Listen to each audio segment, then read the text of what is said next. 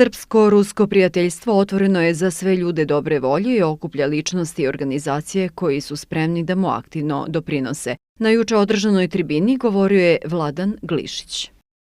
Predavanje je posvećeno onome što je sad najaktuelnije u celom svetu, pa i kod nas, a ima posledice za celu planetu, a to je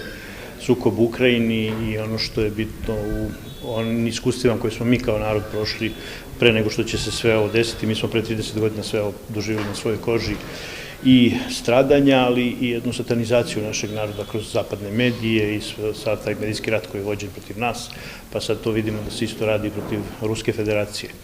Naravno, to je dosta neprijatna situacija, ali mislim da mi kao narod imamo ogromno iskustvo i da to iskustvo može da pomogne mnogim narodima, pogotovo našem bratskom ruskom narodu,